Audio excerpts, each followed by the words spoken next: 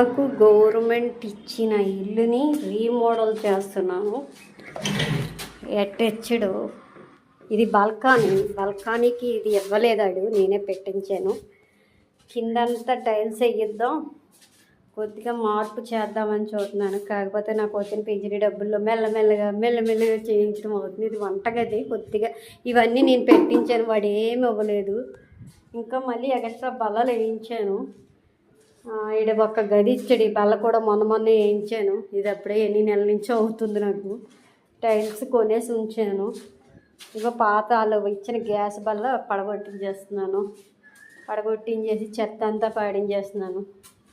ఇది నాకు ఇచ్చిన రాజీ గృహ పథకం బిల్డింగ్ కొద్దిగా మార్పు చేస్తున్నాను వాళ్ళు ఇచ్చిన దాన్ని. ఈ గేటు కూడా కొద్దిగా తలుపు మార్చాలి. పక్కన ప్రాంతం ఇలా ఉంది. నేను అప్పుడు ఇలా ముగ్గులు అవి వేసానండి. అందంగా వేసి నీట్గా ఇస్తాను ఎవరికైనా ఇస్తే, లేకపోతే ఇవ్వడమే మానేస్తాను అతికి ఇవ్వాలనుకుంటే. కానీ మంచి ఇల్లు ఇచ్చారు గవర్నమెంటు, మనం చేసుకున్న దాన్ని బట్టి ఉంటుంది. Like, share, comment. ఎవరు పచ్చడి ఇచ్చినా వీళ్ళ ఇంట్లో పచ్చడి పెట్టినా ఫస్ట్ మా ఇంటికి వస్తుందండి. ఆవకాయ పచ్చడి కానీ మాగే పచ్చడి కానీ. నేను కొత్తలో పెట్టినప్పుడు కొత్త ఆవకాయ ఫస్ట్ నేనే తిన్నాను మా ఇంట్లోని. ఇప్పుడు వీళ్ళింట్లో పాతది అయ్యింది పచ్చడి, నేనే తింటున్నాను.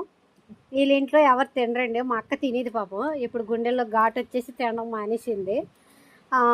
నాతో పాటు మీరు కూడా తిందరు కానీ ఆవకాయ పచ్చడిని ఆస్వాదిద్దరు కానీ. రండి, లైక్, షేర్, కామెంట్. ముక్క బాగుంటుందండి. చికెన్ ముక్క కంటే ఆవకాయ ముక్క చాలా టేస్ట్గా ఉంటుంది. మీరు తిన్నారో లేదో కానీ పుల్లగా కారంగా ఓ రేంజ్లో ఉంటుందిలేండి. దొండకాయ వేపుడండి, ఆవురి మీద ఉడకబెట్టి తాళం పెట్టిందంట మా అక్క. ఇదేంటి, ఎగ్గు ముక్కలు ఇగురు పెట్టింది, మళ్ళీ ఆమ్లెట్ వేసింది, రైస్, చారు. ఈరోజు మా భోజనం. Like, share, comment.